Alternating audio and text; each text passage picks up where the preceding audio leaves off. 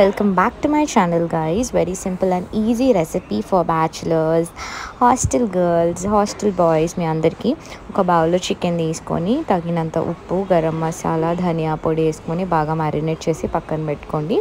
ఒక పాన్ తీసుకొని పాన్లో ఆనియన్స్, పచ్చిమిర్చి వేసి అండ్ ఆల్సో కొంచెం పసుపు, అల్లం వెల్లుల్లి పేస్ట్ వేసి బాగా మగ్గనివ్వాలి. అందులో ఈ చికెన్ వేసి ఉడకనివ్వండి. అంటే కలపండి. ఫస్ట్ కొద్దిసేపు ఉడికాక ఒక 10-15 మినిట్స్ తర్వాత మళ్ళీ కలపండి. 20 మినిట్స్లో కుక్ అయిపోతుంది. మంచిగా పీస్ కూడా మెత్తగా అవుతుంది.